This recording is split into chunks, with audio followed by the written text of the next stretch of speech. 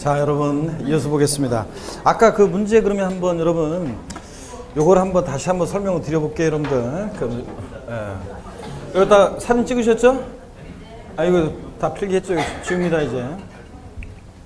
한번 보세요. 그러면 아까 설명한 거 우리 고가 양수에 대한 거 다시 한번 설명합니다. 그러면 여기 보세요.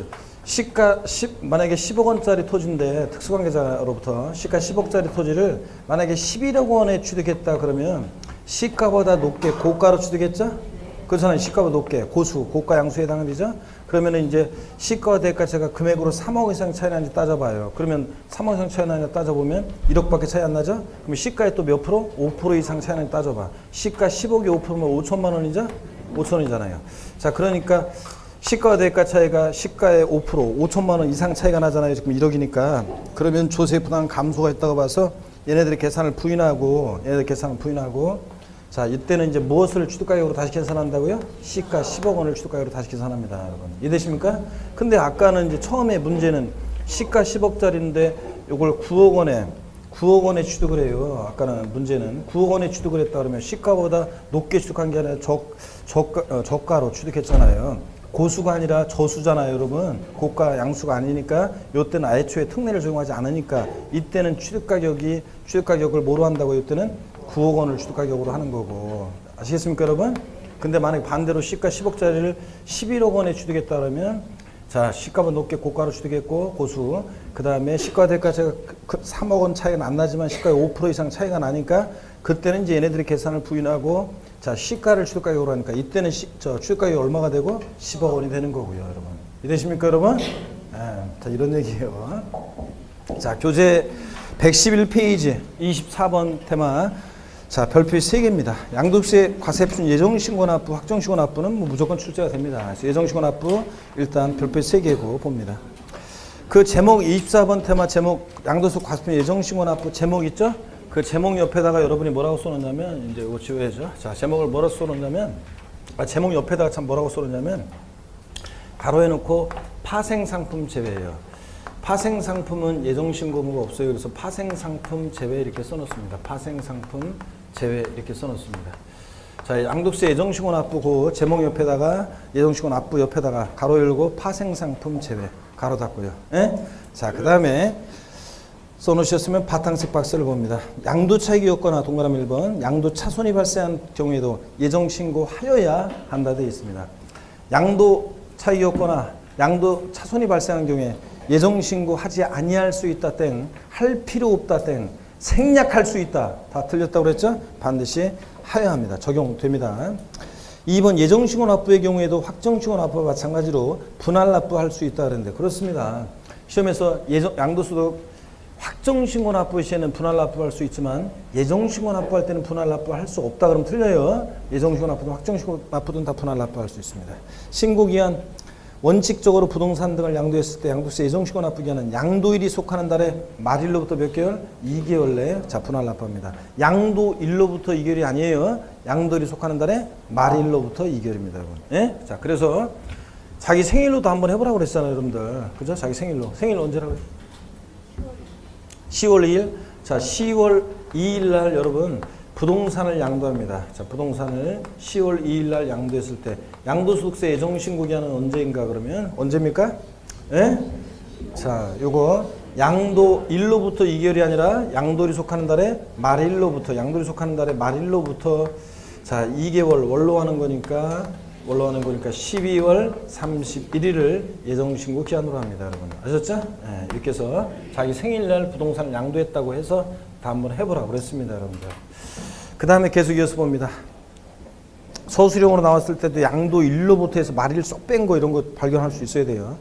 예외 토지거래 허가구역 내 토지를 양도했을 때 가로 안에 허가일 전에 대금이 청산된 경우 양도일이 아니라 허가일이 속하는 달에 말일로부터 몇 개월? 2개월 냅니다. 자, 보시면 또 이거 어떤 거냐면 이런 거라고 그랬습니다.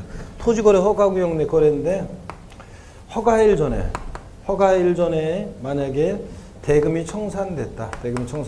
그러면 원래는 양도일이 속한다 말일부터 2개월 내에 해야 되지만 토지거래 허가구역 내 거래인데 허가일 전에 대금이 청산됐을 때 예를 들어서 대금 청산일이 2016년 4월 10일 허가일이 5월 4일 그러면 양도세 예정신고기한은 언제인가 그러면 대금 청산이 아니라 허가일이 속하는 달의 말일로부터 2개월이니까 언제로 합니까? 7월 31일을 예정신고 기한으로 합니다, 여러분. 자, 그래서 만약에 이거 원칙대로 양도일이 속하는 달의 말일로부터 2개월 내 이런 식으로 하게 되면 어떤 문제점이 생기냐면, 그러면 자, 성질급한 사람이 4월 11일 날 만약 양도세 예정신고 납부를 했는데 토지거래 허가 구역 내에서 허가를 못 받으면 완전 꽝이죠? 예, 그래서 양도세 낸 거 돌려받아야 되고 돌려줘야 되니까 서로 불편하니까, 자, 허가 전에 대금 청산됐을 때는 계약이 완전히 유효하게 된 허가일이 속한 말일부터 2개월 내 이렇게 합니다. 만약에 법령의 반대속으로 여기 봅니다.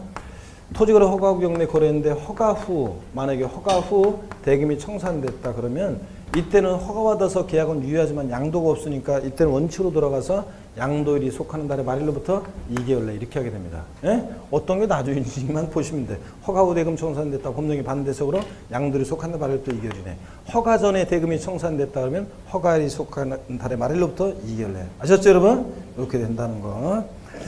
자, 그 다음에 계속 이어서 봅니다. 한쪽 가르친 이번에 주식 또는 출자 지분이요. 양도일이 속하는 분기의 말일로부터 몇 개월이네? 2개월 내에 양도세 예정신고 납부합니다. 주식은 빈번한 거래가 이루어지니까 뭐라서 하죠? 1년을 4, 3분기로 나눠서 1, 2, 3, 4, 5, 6, 7, 8, 9, 10, 11, 12 이렇게 나눠서. 자, 다솔 생일이 언제라고 그랬지? 한번 물어봤었는데 까먹었다. 예? 9월 16일? 아, 자, 알겠습니다.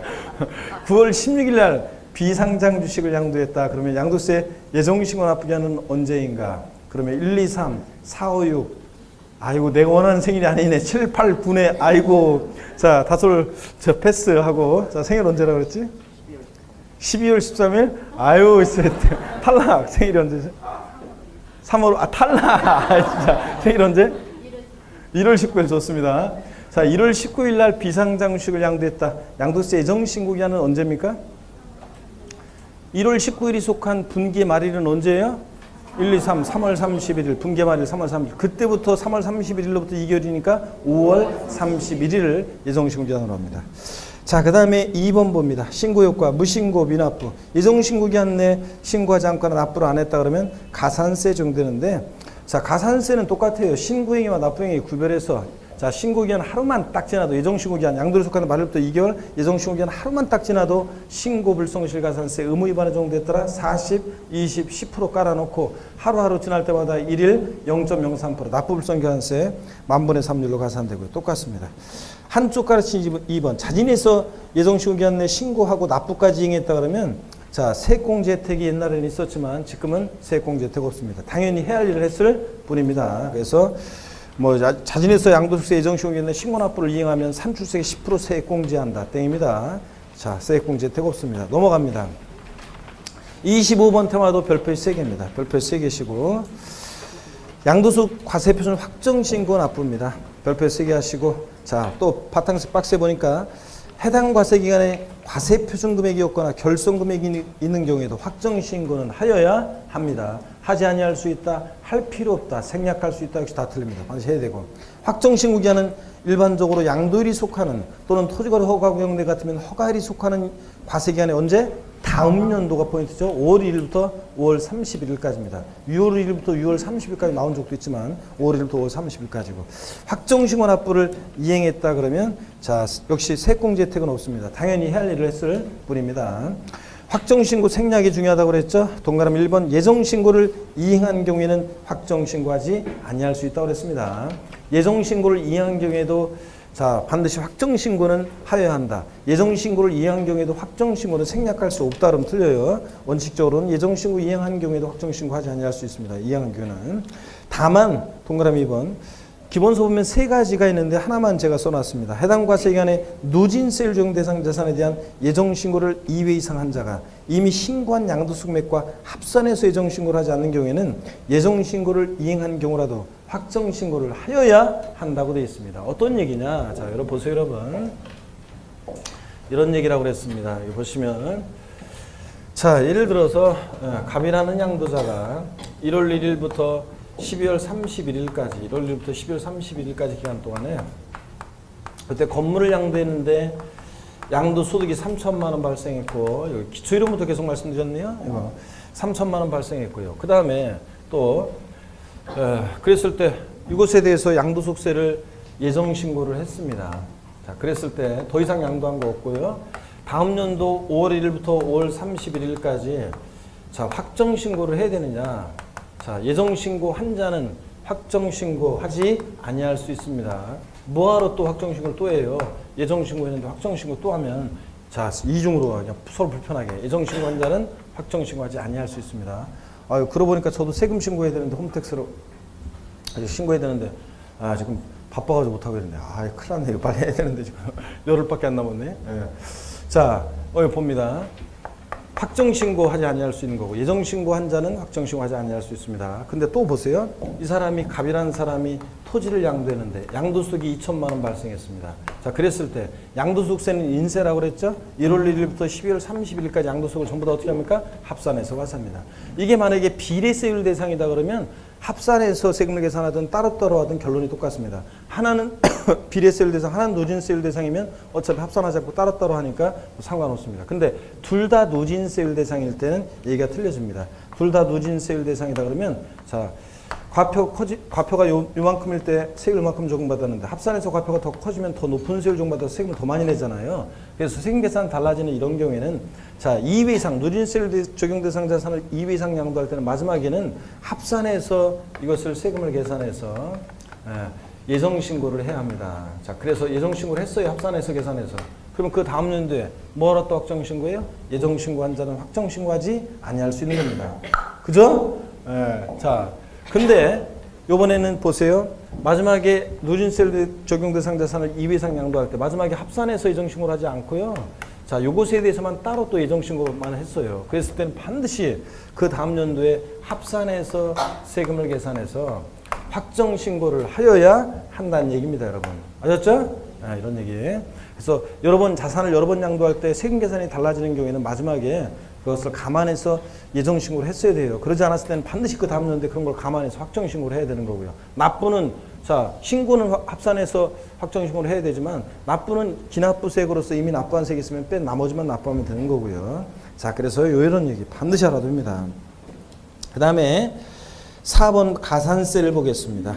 확정신고 납부의 가산세는 예정신고 납부에 적용되는 가산세와 동일하다 그랬습니다. 그렇습니다. 확정신고 납부도 불성실하면 가산세, 신고행위와 납부행위 구별해서 신고불성실 가산세, 납부불성실 가산세 똑같이 적용됩니다. 한쪽 가르친 2번 다만 굵은 글씨로 되어 있네요. 무신고 가산세와 납부 환부불성실 가산세의 경우에 예정신고 납부와 관련해서 가산세가 부과되는 경우에는 확정신고 납부와 관련한 가산세, 가로 안에 예정신고 납부와 관련해서 가산세가 부과되는 부분에 한정해서는 부과하지 아니한다 그랬습니다. 자, 여기 보세요. 예정신고와 관련해서 불성실에서 가산세가 예를 들어서 이만큼이 부과가 되는데 확정신고도 불성실에서 가산세가 이만큼이 적용된다고 할 때 예정신고와 관련해서 가산세가 적용된 부분만큼에 대해서는 확정신고 납부 시에 다시 가산세가 부과되지 않습니다. 이만큼은. 근데 시험에서는 어떻게 나왔냐? 예정신고 납부와 관련해서 가산세가 부과된 부분에 대해서도 확정신고 납부 시에 가산세가 다시 부과된다 그랬습니다. 다시 부과되지 않습니다. 이만큼은 이중적으로 가산세 부과될 수 있으니까. 자, 그런 얘기요. 26번 테마 양도소득 과세금과 세액 결정 경정은 읽어보시면 됩니다.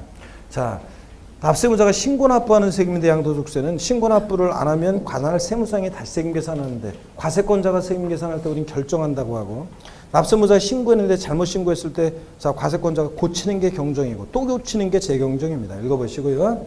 113페이지 양가로 3번 결정 경정 방법이요.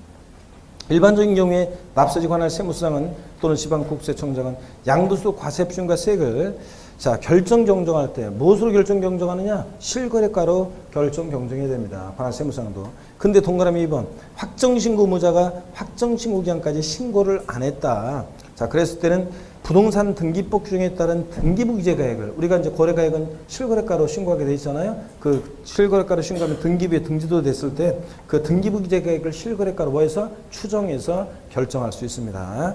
추정이니까 물론 반대 증거가 있으면 깨질 수 있고요. 3번 예정 또는 확정 신고의 신고가액이 사실과 다른 경우 납세무자가 신고는 했는데 잘못 신고했을 때는 관할 세무상이 확인된 실거래가로 경정 고치고요. 이런 것들. 4번 추계조사 결정 경정. 양도가액과 취득가액이 실거래가액에 따라야 되는데 이 양도가액과 취득가액이 장부나 계약서 등에서 확인이 안 된다. 그러면 이 양도가액과 취득가액은 추계에서 결정했습니다. 어떻게 추계 결정했어요? 매, 감, 환. 매감기가 벌써 나와? 매, 감, 환, 기 순서로 추계 결정했습니다. 27번 테마 양도세 부가세인데요. 양도소득세 부가세목은 원칙, 자, 납부세액의 부가세로서는 원칙 없어요. 근데 감면받을 때만 농특세가 감면세액이 몇 프로로? 20% 부과됩니다. 자, 26개 시험에서 합격한, 작년에 합격한 이제 며칠 전에 그 합격한, 저 강원도 원주에서 합격한 이제 소라라고 있는데, 이 강의를 누가 또 들으려나? 거기서? 소라라고 있는데, 그 자매가 3년 전에 자매가 같이 왔어요, 학원에. 그런데 자매가 나란히 공부하다가 언니가 소라인데, 소라, 동생이 소리, 소리인데, 소라는, 소리하고 소리가 공부했는데 처음 같이 하는데 아주 그냥 둘 다 처음에 아주 힘들어했어요. 아주 그냥 멍하고 그냥 힘들어하고 그랬는데, 그래서 소리는 끝까지 포기하지 않고 하더니 막 하고 그러더니 합격을 했어요, 첫해. 하여튼 우여곡절이 많았어요. 막 물어보고 뭐하고 울고 막 그랬는데, 이 소라가 중간에 얘는 그냥 동생하고 경쟁심이 생겼는지 뭐였는지 중간에 그냥 안 나와버렸어요. 그래서 첫해 떨어졌어요. 얘는 동생 합격하고. 그 다음에 소라가 공부를 했는데 1차 합격했어요. 1차 합격하고. 그런데 처음에 막 누구였더라 하여튼 누가 소라였나 하여튼 눈물도 뚝뚝 흘리면서 교실에서 시험 보기 한 20일 전에 막 그 전에 막 그 눈물도 뚝뚝 흘리면서 막 그렇게 했던 것도 생각납니다. 공부하려고 하는데 잘 안 되고 그러니까 막 그랬었는데, 어쨌간에 그 소라가 결국은 1차 합격하고 작년에 2차만 해가지고, 작년에 2차 할 때는 처음에는 뭐 1년 차 때랑 2차 때는 인상만 빡빡 쓰고 표정도 안 좋고 그러더니 작년에는 내내 화난 표정으로 항상 그냥 편안하게 화난 표정으로 공부하고 그러더라고요. 그러더니 작년에 무난하게 당연히 합격할 수 있었고 무난하게 합격할 거라고 했는데 좀 합격했어요, 작년에. 그래서 실무에 지금 나가서 며칠 전에 전화가 왔는데, 카톡으로 왔더라고, 카톡이. 내가 전화번호가 없어가지고 카톡이 왔는데 뭘 물어보는 데 있죠? 하여튼 작년에 합격했는데도 저보고 그 양도세 관련해서 뭐 교수님 양도세하고 주민세 있잖아요. 뭐 해가지고 뭐 주민세 아니라니까. 양도소득세 부가세목은 원칙, 납부할세액 부가세목은 이제 없고, 배운 대로 농특세가 감면받을 때만 부가세 부과되고, 지방소득세는 여전히 함께 소득세법에 의해서 계산한 그 소득을 과세 표준으로 해가지고, 소득세 계산하면 그걸 소득을 과세 표준으로 해서 소득세 세율 적용되는 세율의 10분의 1 정도 세율로 해서 지방소득세를 여전히 함께 계산해서 신고납부는 하지만, 우리가 소득세 낼 때 그렇지만 부가세로서는 아니다 그랬잖아요. 근데 우리 소라는 주민세 어쩌고 얘기하더라고요. 주민세 아니라니까. 그거는 옛날에는 소득세액의 10%로 주민세 부과됐다가 소득세 부가세가 주민세였다가 이게 몇 년 전에 지방소득세로가 부가세로 부과되다가 이게 또 2년 전에 또 바뀌었잖아요. 그래서 이제 3년 전이구나. 3년 전에 바뀌어가지고 이제 지방소득세에 함께 냈는데 부가세는 아니다. 그런 얘기했습니다. 여러분, 자, 양도소득세 부가세라고 하면서 지방소득세가 부가세의 문제에 나와 있으면 라고 나와 있으면 무조건 그거 틀리다고 그랬죠? 지방소득세는 독립세라고 그랬습니다. 여러분들 그걸 주의하시고, 감면받을 때만 농특세가 부가세로서 감면세가 20% 부과됩니다. 28번 테마 세목별 분납비교 별표시 2개입니다. 자, 양도소득세 물납은 돼야 안 돼요?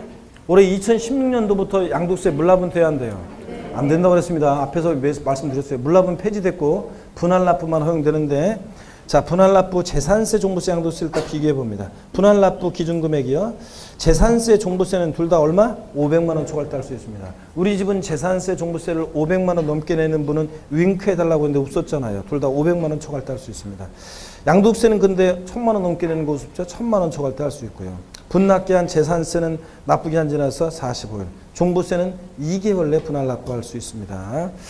분납 처리 기준을 보시면 납부할세액이 1천만 원, 500만 원 초과하면서 재산세는 1천만 원 이하, 1천만 원 초과로 나눠서 1천만 원 이하일 때는 500만 원 초과하는 금액을 분할 납부할 수 있다는 말은, 원래 납부기한 내에는 최소 얼마 깔아놓고 500만 원 깔아놓고 나머지 금액 분할 납부죠.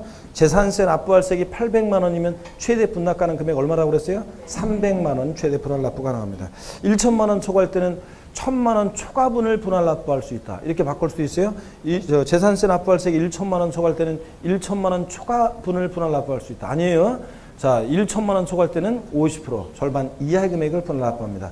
자, 재산세 납부할세액이 1,400만 원이면 최대 분납 가능 금액은 얼마인가? 얼마? 700만 원 최대 분납 가능하고요. 종부세 납부할세 500만 원 초과할 때 할 수 있고 역시요.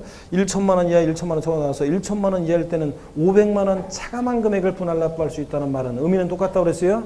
자, 종부세 납부할세액이 800만 원이면 최대 분납 가능 금액은 얼마인가?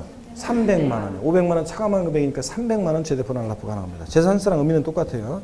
납부할세액이 1천만 원 초과할 때는 역시 50% 이하 금액 분할 납부입니다. 1천만 원 초과분을 분할 납부할 수 있다. 아니에요. 자, 납부할세액이 1,400일 때 자, 700만 원 분할 납부할 수 있는 거지. 1천만 원 초과분 아닙니다.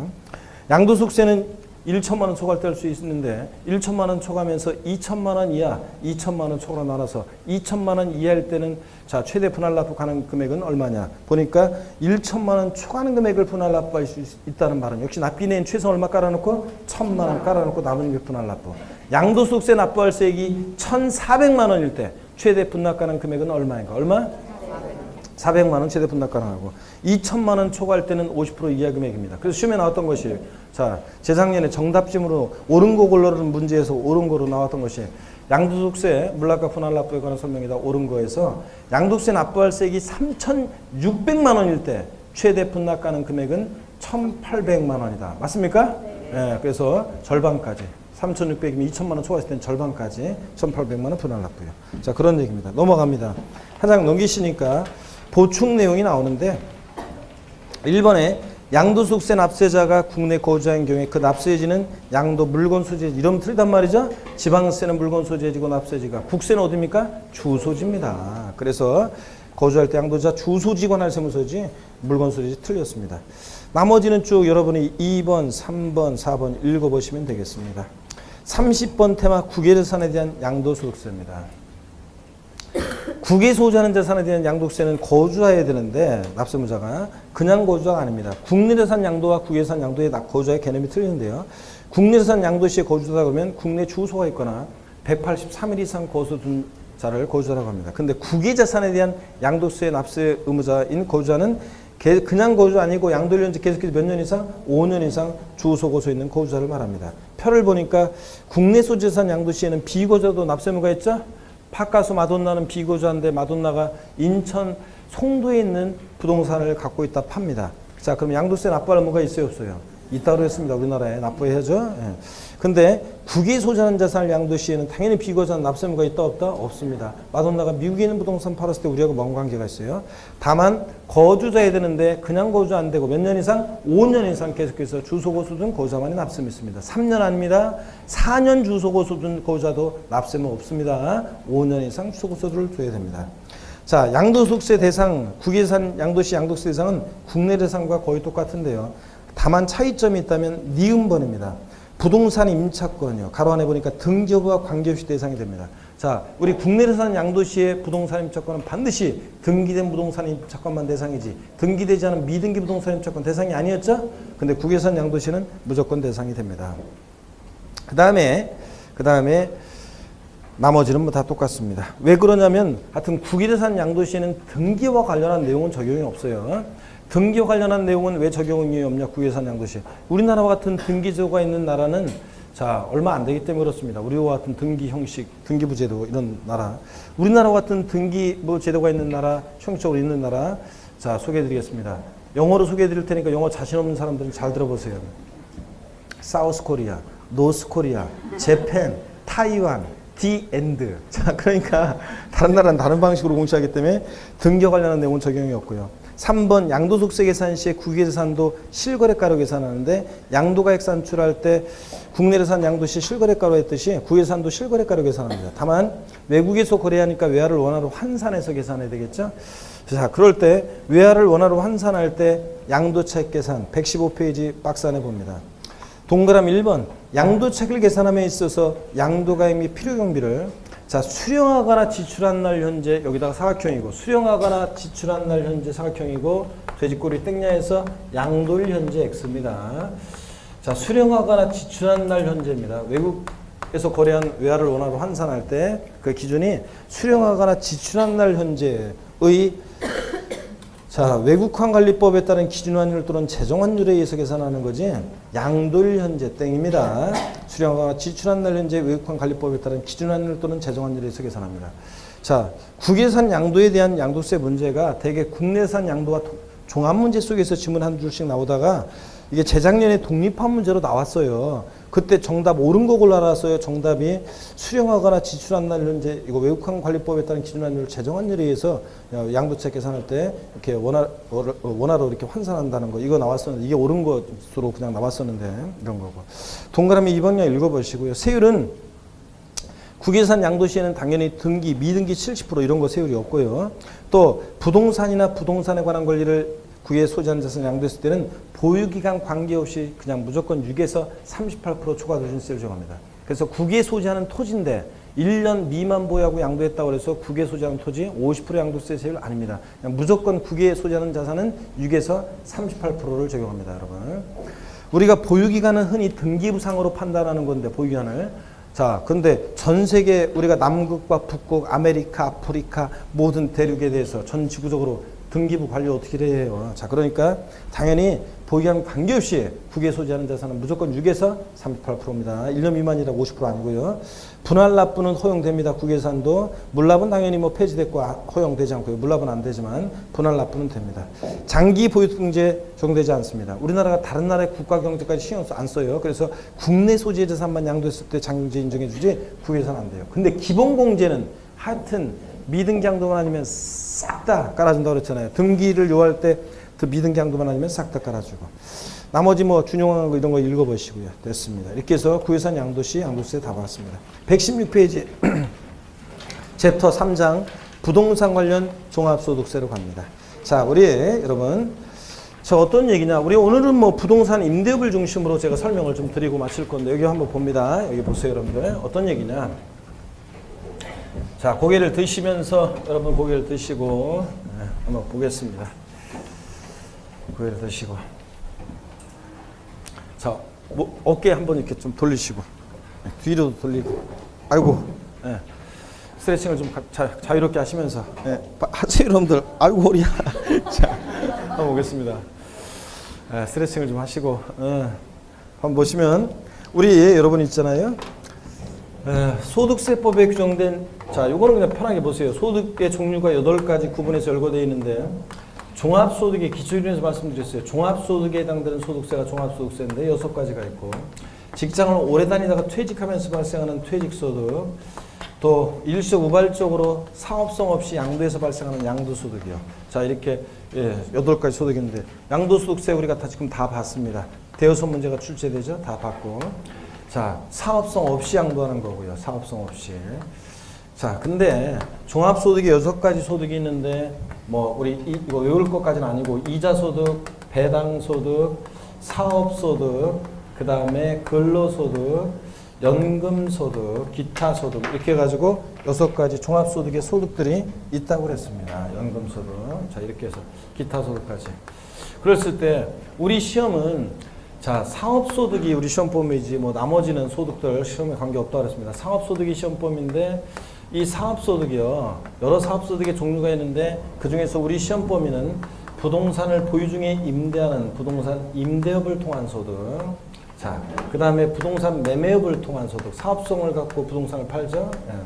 또 주택을 신축해서 판매하는 건설업을 통한 소득이 있습니다. 그럴 때 자, 시험은 부동산 임대업에서 한 문제가 계속 지금 출제가 되어 왔습니다. 21회, 22회, 23회, 24회, 25회 계속 출제가 되다가 작년 26회만 출제 안 됐는데 한 문제 올해 27회 시험은 출제된다고 생각하고 대비를 하시라고 했습니다. 매매업과 건설업은 의의를 묻는 문제가 15회 시험 때 어렵게 나올 때 딱 한 번 나왔고요. 그래서 매매업과 건설업은 대충만 나중에 보도록 하고 오늘 부동산 임대업을 중심으로 한번 제대로 한번 공부해 보겠습니다. 임대업. 부동산 임대업은 공부할 때 어떤 게 중요하냐면 범위. 어떤 게 부동산 임대업이냐. 범위. 그 다음에 비과세. 어떤 경우에 비과세 되는지 또 전세주택과 관련한 이런 것들을 내용으로 해서 우리가 자, 시험에 출제가 되어 왔고 이런 내용들 중심으로 보시면 됩니다. 오늘 부동산 임대업을 봅니다. 부동산 관련 사업소득에서 자, 한번 보겠습니다. 보시면 116페이지 봅니다. 116페이지 부동산 관련 01번 테마 부동산 임대업의 사업소득은 일단 별표에 세게 합니다. 01번 테마 별표에 세게 하고요. 부동산 임대업의 사업소득 별표에 세게 합니다. 1번 부동산 임대 관련 사업소득에 보면 어떤 게 부동산 임대업이냐 사업소득이냐 한번 봅니다. 양가로 1번을 알고 있는지 시험에서 여러 번 물어봤는데 부동산 또는 부동산 상의 권리를 대여, 빌려주고 대가받은 거 이 대여로 인해서 발생한 소득을 말하는데 자 부동산에는 미등기 부동산 대여소득도 포함합니다. 사업소득이고요. 미등기 부동산도 대여소득도 사업소득이고 부동산 상의 권리 대여로 인한 소득이 사업소득인데 전세권이나 임차권 자, 담보 제공에 대한 사용 대가라고 하는 거, 자, 사용 대가 받는 거, 이거 다 부동산 빌려주고 대가 받는 부동산 상해 권리 대여로서 사업소득입니다. 근데 담보 제공에 대한 사용 대가는 좀 이따 나오지만 자신의 부동산을 타인에게 담보로 제공하고 사용 대가를 받아요. 민법의 물상보증 생각하시라고 그랬죠? 네.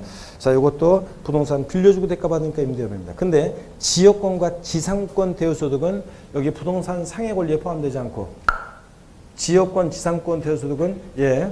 기타 소득세 대상입니다. 기타 소득세 대상이에요. 지상권, 자, 지역권 대여소득은 기타 소득세 대상이고 사업소득이 아닙니다. 기타 소득세 대상이고. 그래서 시험에서 지역권, 지상권 대여소득은 사업소득이다. X입니다. 사업소득이 아니라 뭐라고요? 기타 소득세 대상입니다. 기타 소득세 대상이지 사업소득이 아닙니다. 자, 그러면 여러분 잠깐 한번 보실래요? 우리가 자, 한번 볼게요. 지상권을 대여했어요. 그러면 지상권을 대여하면 자, 상업소득이에요, 기타소득이에요, 양도소득이에요. 지상권을 대여하면 사업소득이에요, 기타소득이에요, 양도소득이에요. 기타소득이라고 금방 봤습니다. 기타소득세 대상입니다.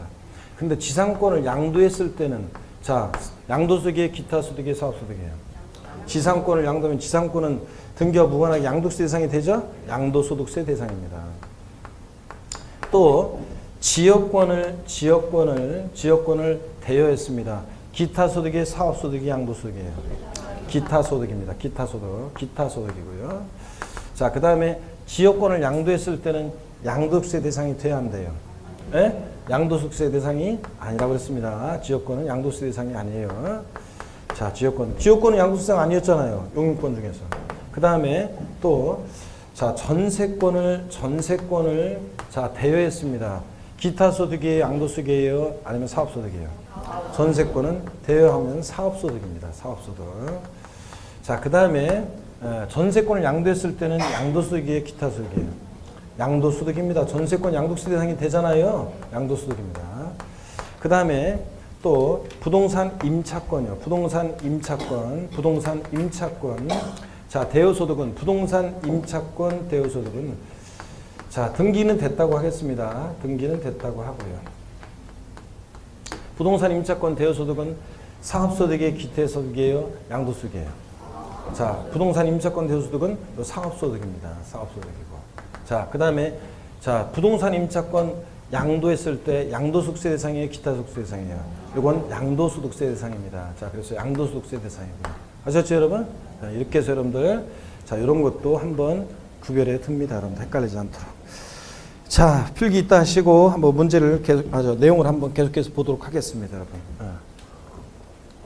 아유, 갑자기 배고프네. 자, 한번 보시면 116페이지 보겠습니다. 양가로 2번이요. 부동산 임대 사업소득에 임대 관련 사업소득에 보면 양가로 2번 공장재단이나 광업재단 대여로 발생한 소득도 사업소득입니다. 양가로 3번 광업권자, 조강권자, 덕대가 채굴에 관한 권리를 대여로 발생한 소득도 사업소득입니다. 덕대가 뭐냐고 물어보는 분들이 계시는데 우리가 부동산으로 따지면 자, 부동산을 임차해가지고 임차인이 또 다른 사람한테 임차를 해요. 그럴 때 우리가 그 임차인이 부동산을 또 빌려줘, 또 다른 사람한테 대여할 때 그 부동산 임차인을 우리가 뭐라고 합니까? 전대인. 또 그 임차인으로부터 부동산을 빌린 사람을 뭐라고 그래? 전차인. 이렇게 얘기하잖아요. 네, 그죠? 그런 것처럼 타인의 광부에서 광물을 채굴할 수 있는 권리를 빌린 사람이 또 그 권리를 다른 사람한테 타인의 광부에서 광물을 채굴할 수 있는 권리를 또 빌려줄 때 자, 타인의 광부에서 광물을 채굴할 수 있는 권리를 빌린 사람 덕대. 이 사람이 그 부동산 채굴에 관한 권리를 또 다른 사람한테 대여해. 그럴 때 사업소득입니다. 이것도.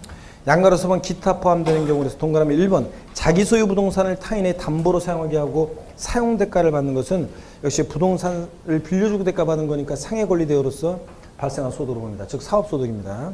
동그라미 2번 부동산 매매업 또는 건설업자가 판매를 목적으로 취득한 토지 등의 부동산을 일시적으로 대여하고 있는 소득도 부동산 임대소득입니다. 일시적이었든 뭐였든 부동산 빌려주고 대가 받으니까.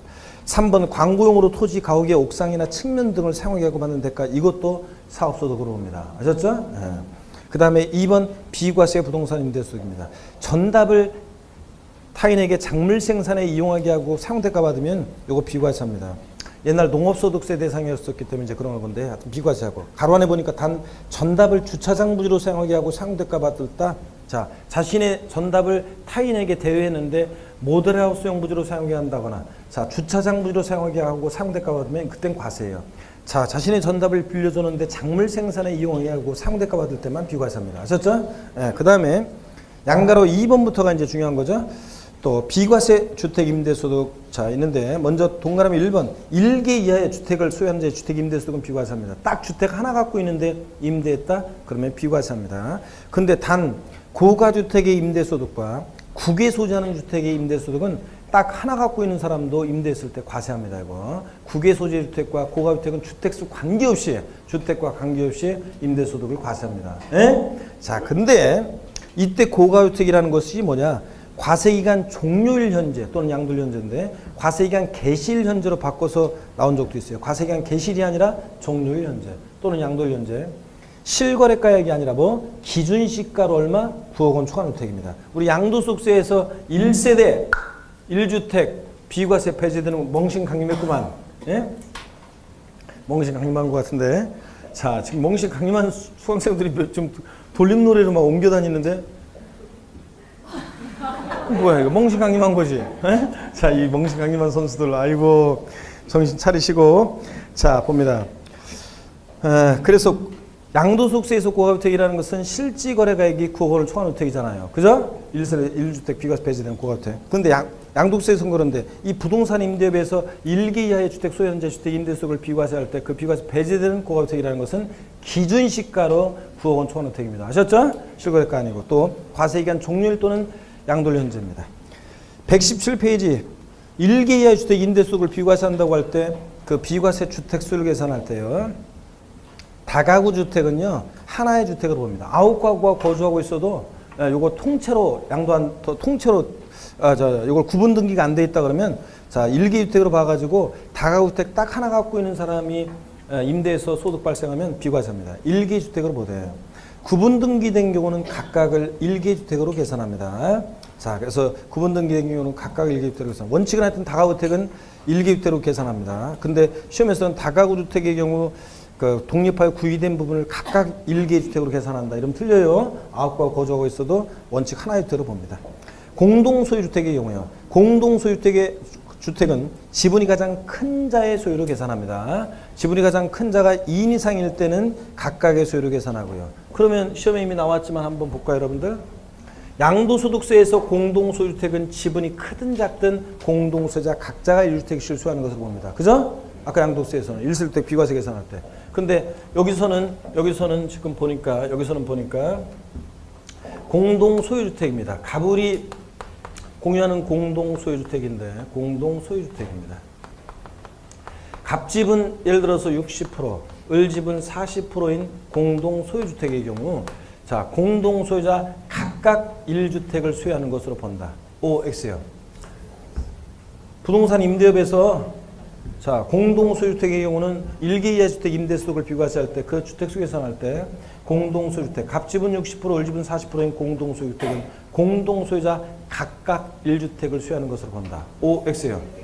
X입니다. 지금 뭐라고 되어 있어요? 지분이 가장 큰 자의 소유를 계산하되 이게 1등이에요. 이거 누구 주택으로 계산해? 가배주택으로 계산합니다.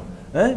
자, 가배주택으로 계산해서 을이 만약에 다른 주택이 있다, 그러면 을은 몇 주택 보유하는 거로 봐요? 1주택 보유하는 거로 보는 겁니다. 양도세하고 틀려요. 양도세에서는 지분이 크든 작든 공동세 각자 1주택을 소유하는 것으로 보지만 부동산 임대업에서는 지분이 가장 큰 자의 소유를 계산합니다. 아시겠습니까, 여러분?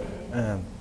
자, 시험에서 이런 경우에 공동소유자 각각의 소유 주택으로 계산한다 이러면 틀려요. 근데 만약에 갑지분, 을지분이 똑같이 50%씩이다. 자, 이럴 때는 공동소유주택의 경우. 자, 공동소유주택.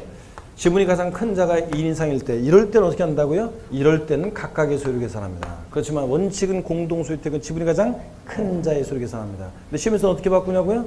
자, 양도소득세처럼 공동소유자 각각의 소유주택으로 계산한다. X입니다. 자, 요거 주의하시고. 그 다음에 계속 봅니다. 본인과 배우자가 각각 주택을 소유하는 경우에 이를 합산해서 판단합니다. 남편이 주택 하나, 부인이 주택 하나 갖고 있으면 부부는 주택 2개 갖고 있는 걸 봐서 하나 임대했을 때 과세입니다. 자, 여러분 소득세 계산은 부부도 소득세 계산은 따로따로 계산합니다. 개인주의로. 소득세는 따로따로 계산해요. 부부. 그렇지만 자, 1개 이하의 주택 임대소득 비과세 주택수 계산할 때 주택수 계산은 어떻게 한다고요? 부부는 합산해서 판단해요. 근데 소득세는 따로따로 계산하더라도 주택수는 부부는 합산해서 판단하고, 임차 또는 전세받은 주택을 전대하거나 전전세하는 경우에는 해당 임차 또는 전세받은 주택을 누구지요? 임차인, 전세받은 자의 주택으로 주택수 계산합니다. 바꾼다 뻔하지 뭐. 안 나왔지만 아직까지는 요거는 안 나왔지만 임대인의 소유주택으로 계산한다고 바꾸겠죠? 예, 자, 그래서 임차 또는 전세받은 주택을 전대하거나 전전세할 때는 임차인의 소유주택으로 계산합니다. 동그라미 2번 또 비과세 주택 임대소득이 있는데 동그라미 표 아래에 동그라미 2번 소규모 주택 임대소득은 비과세입니다. 해당 과세기간의 총 수익금의 해약 계획이 2천만 원 이하인 자의 주택 임대소득은 올해 말까지는 비과세입니다. 올해 말까지는 주택 임대소득이 합계액이 2천만 원 이하다. 자, 그럼 비과세합니다. 3번 봅니다. 부동산 임대 관련 사업소득금액의 계산 나오는데 이 계산은 나중에 우리가 한번 연습해 볼 기회가 있을 거예요. 이거는 문제풀이로 문제 한번 풀어볼 기회가 있을 건데 지금은 됐고요. 그 다음에 4번 3주택 이상 다주택자에 대한 전세보증금의 소득세 과세입니다. 동그라미 1번 보니까 주택을 임대하면서 받은 보증금의 간주임대료는 원칙적으로 과세되지 아니한다 그랬습니다. 여러분 간주임대료라는 게 뭐냐면요. 여러분 저를 보세요. 간주임대료가 뭐냐. 어떤 수강생분이 하도 이걸 들으니까 그냥 내가 그 얘기 했나요 지난주에? 도서관에서 얘기했구나. 진짜 동영상실에서 그냥 어떤 수강생이 이러면서 수업을 듣고 있더래. 저 동영상실 헤드폰 끼고. 그래서 자기가 생각했대요. 쟤도 세법 수업 듣고 있구나. 그렇게 생각했다는데 다른 데서.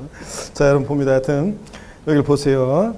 자, 요거 우리 간주임대료라는 게 뭐냐면 원래 임대소득에 대한 소득세는 저 뒷동네 문 쪽에 원래 임대소득에 대한 소득세는 월임대료로 소득세를 계산해요. 근데 보증금 전세금만 받고 임대했다 그러면 월임대료가 없잖아요. 그러니까 보증금 전세금을 월임대료로 환산한 임대료를 말하자면 뭐라고 한다? 간주임대료라고 하고 그 간주임대료 계산하는 식이 이제 위에 아까 3번에 거기에 있어요. 나중에 이제 간주임대료 계산하는 거 연습해 볼 거고요.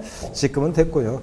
자, 그럴 때 출제 가능성이 낮기 때문에 나중에 연습합니다. 하여튼 자, 전세금 보증금만 받고 임대했을 때 상가 같은 것은요. 상가는 간주임대료를 계산해가지고 소득세를 부과해요. 말하자면 보증금 전세금을 월임대료로 환산해가지고 간주임대료 계산해서 소득세 부과합니다. 근데 주택은요. 주택은 소위 전세주택 있죠? 전세 보증금만 받고 임대했다. 전세주택은 원칙적으로 간주임대료 계산 안 해요. 그러니까 전세주택은 소위 소득세 부과하지 않습니다. 아직까지는. 자, 그런데 다만 동그라미 2번이요. 예외가 있어요. 다만 3주택 이상을 소유하고 주택과 부토지 임대하는 경우 받은 보증금의 합계액이 얼마요? 3억 원을 초과하는 경우에는 간주임대료를 계산해가지고 계산한 금액을 사업소득 총수익금액에 산입합니다. 그래서 자, 전세주택은 소위 원칙적으로 보증 전세금만 받고 임대하는 주택은 상가와 달리 간주임대료 계산하지 않습니다. 다만 예외적으로 간주임대료 계산하는데 어떤 경우에요? 3주택 이상이고 이면서 엔드 3주택 이상이면서 엔드 보증금 합계액이 얼마? 3억 원을 초과할 때만 과세합니다. 딱 3억 원이면 과세해야 하나요? 안 합니다. 이미 시험에 나왔지만 딱 보증금 합계액이 3억 원이면 아니에요. 3억 원 초과해야 됩니다. 3주택 이상이면서 엔드 보증금 합계액 3억을 초과할 때만 간주임대료 계산합니다. 동그라미 3번. 이 경우 소형주택 전용면적 85제곱미터 이하이면서 엔드 기준시가 3억 원 이하의 이런 소형주택은 이 3주택 계산할 때 어떻게 한다? 제외합니다. 5번. 임대소득의 수입 시기는 시험에 나와도 장식용으로 나올 거니까 참고적으로 보시면 돼요. 더 많은 예외가 있지만 예외 다 제가 빼버렸어요. 계약 또는 관습에 의해서 지급일이 정해진 경우는 임대소득의 수입 시기를 그 정해진 날로 합니다. 그래서 뭐 임대료 받기로 한 날 계약했으면 그 뭐 매월 며칠 다 있을 거 아니에요. 자, 매월 며칠 날 뭐 매월 15일 날 만약에 임대료 지급하기로 돼 있어요. 그러면 그 정해진 날. 근데 2번 계약 또는 관습에 의해서 지급일이 정해지지 않은 경우는 그 실제로 지급을 받은 날을 임대료 받은 날 있죠? 받은 날을 임대소득의 수입 시기로 합니다. 뭐 이런 것들. 자, 그래서 부동산 임대업을 중심으로 받고 매매업과 건설업은 자세한 내용이 출제될 가능성이 낮기 때문에 나중에 문제 풀이할 때 슬쩍 우리가 보도록 합니다. 자, 그래서 요거는 됐고 부동산 임대업을 중심으로 알아두시면 되겠습니다. 자, 그러면 아니 왜 집에 가려고 그래요, 여러분들? 아, 진짜 아직 시간 안 됐어요, 여러분들. 복습은 하고 가야지. 자, 여러분들. 아, 저 너무하네. 맨날 한 명 있어도. 자, 고개를 드시고. 자, 양도소득세 오늘 세율을 공부했는데 양도세 세율이요. 비례세율과 누진세율 다 적용되는데 양도세 세율 동일한 대상 물건이 2개 이상의 세율을 더하면 각각 해당되는 세율을 적용해서 계산한 산출세액을 구한 다음에 그 산출세액 중 어떤 거? 큰 것을 그 세액으로 한다고 그랬습니다. 양도세 세율은 토지, 건물, 부동산에 관한 권리는 세율이 같이 갑니다. 세율이 같이 가는데 그럴 때 토지, 건물, 부동산에 관한 권리 세율이 같이 갈 때 미등기 양도하면 몇 프로? 70. 등기됐을 때 1년 미만이면 50. 아유, 손가락이 왜 50. 그 다음에 1년 이상 2년 미만이면 40%. 2년 이상 보유하고 양도하면 6에서 38% 초과세율 적용됩니다.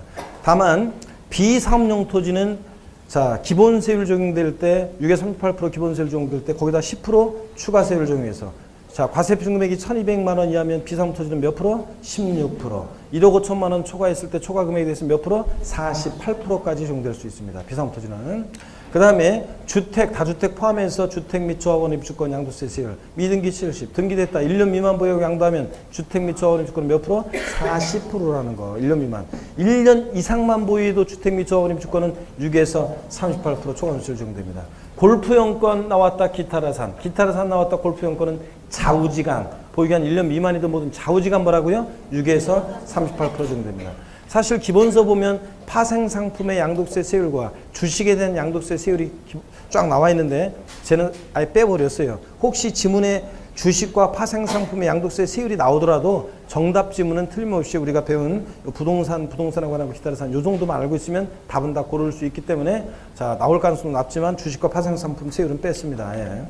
자, 그 다음에 또 그 다음에 양도세 우리가 세율 적용 시에 보유기간 계산할 때 원래 상속받은 자산은 양도매 취득 시기도 그렇고 1세일 때 비과세 보유기간 계산할 때도 그렇고 장기분제 적용 시도 그렇고 다 보유기간이 상속받은 자산은 어느 때부터 시작해? 상속 개시일로부터. 근데 세율 적용 시만 상속받은 자산은 보유기간이 어느 때부터 시작한다? 비상속인 취득일로부터 보유기간이 기산됩니다. 그 갖는 의미는 아까 사례를 연습했었어요. 비상속인 취득일로부터 기산하고요.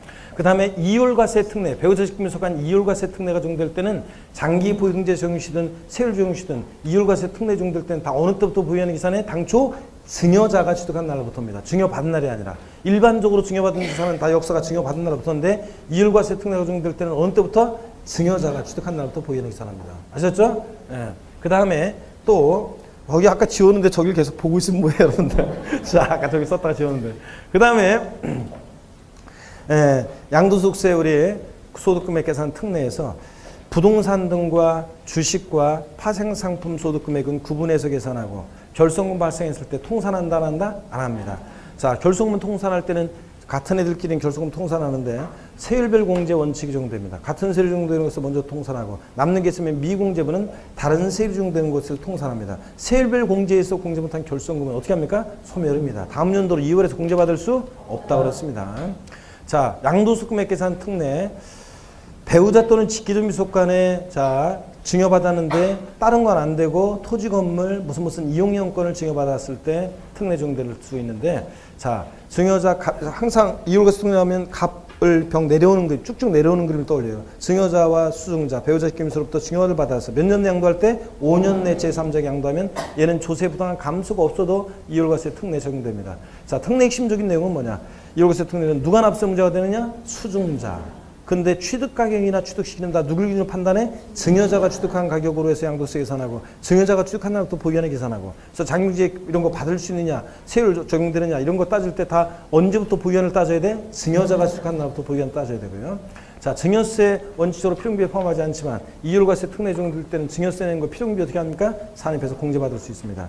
이때 이율과세 특례에서 증여자와 수증자는 양도세 납부에 대해서 연대 납세 의무가 있다 없다? 없다고 그랬습니다. 어차피 한 몸이니까. 자, 부당의 예산부인 특례는 반드시 특수관계자만 적용되고 조세의 부당한 감소가 있어야 되는데 자, 그럴 때 증여 후 특수관계자의 증여 후 우회 양도 꺾어지는 그림을 기억해요. 딱 증여자, 수증자, 증여받아서 제3자 양도할 때 특수관계자가 아닌데 배우자 입김속을 제외한 특수관계자로부터 증여받아서 제3자 양도할 때 증여받아서 몇 년 양도할 때 5년 내 양도해야 되는데 무조건은 아니고 조세의 부당한 감소가 있어야 되는데 그 판단을 어떻게 하느냐. 수증자가 부담하는 증여세액과 수증자가 양도한 것에 대한 양도세 계산에서 합한 금액이 당초 증여자가 제3자에게 직접 양도한 것으로 가정에서 계산하는 양도세보다 뭐 할 때? 적을 때. 이 가정에서 계산하는 양도세가 더 커요. 이 두 개 합친 것보다. 그럴 때는 지가 직접 양도하면 세금 더 나올 것 같은 거 우회적으로 돌렸다고 봐서 얘네들 계산을 부인합니다. 수증자한테 증여세 부과하지 않고 양도세 부과하지 않고 이거 부인해버리고 당초 증여자가 제3자에게 뭐 한다? 직접 양도한 것으로 양도세 계산합니다. 그래서 납세무자는 당초 증여자고 취득가격이나 취득시기 다 누굴 기준으로 판단해? 증여자. 잔머리가 없는 거 보니까. 다만 이때는 수증자가 불법에 협력했다고 봐서 증여자, 수증자 사이에 연대 납세무 있다 없다? 있다고 그랬습니다. 또 부당해산부인 특례 두 번째, 특수관계자 간에 자, 저도 세법 고수입니다. 저가 양도해야지. 고가 양도 안 된다고 그랬죠? 자, 고수. 고가 취득해야지, 양수, 고가 취득해야지. 아까 봤지만 저가로 취득하면 특례 적용돼야 안 돼? 안 돼요. 시가 10억짜리를 9억에 취득했다 그러면 특례 적용돼야 안 돼요? 안 돼요. 자, 시가 10억짜리를 11억에 취득했다 그러면 시가보다 높게 취득했으니까 특례 적용되겠죠? 이런 거. 자, 그 다음에 이때 자, 시가와 대가의 차이에 대한 것이 조세 부담 감소 판단을 어떻게 하느냐. 금액으로 얼마? 3억 이상 차이 나거나 시가의 몇 프로? 5% 이상 차이가 나면 조세 부담 감소가 있다고 봐서 얘네들 계산을 부인하고 무엇을 양도가격과 취득가격으로 다시 계산한다? 시가를 양도가격과 취득가격으로 다시 계산합니다. 예? 아까 특례를 적용하면은 자, 특례가 적용되면 시가를 양도가격이나 취득가격으로 하고 특례가 적용 안 되면 그 실질 거래한 가액을 그 취득가격이나 양도가격으로 하고요. 아시겠습니까, 여러분? 아, 표정이 별로 안 좋은 것 같은데. 자, 그 다음에 나머지는 뭐 양도세 예정시효납부, 확정시효납부는 이건 기초 이론부터 계속 한 거니까 요거는 자, 복습을 뭐 일단 생략하고요. 자, 오늘 하여튼 여러분들 고생 많으셨는데 다음 주에는 이제 다시 어디로 가냐면 부동산 임대 안 했구나. 복습을 아예 다음에 해야죠. 하여튼 잠깐만요. 부동산 임대 복습했어야 되는데 아깝다. 자, 여러분 다음 주에 다시 조세 총론으로 들어갑니다. 아셨죠? 저희 총론부터 해서 보도록 하겠습니다. 여러분 고생 많으셨고 다음 주에 시식한 모습을 가져뵙겠습니다. 고맙습니다. 네.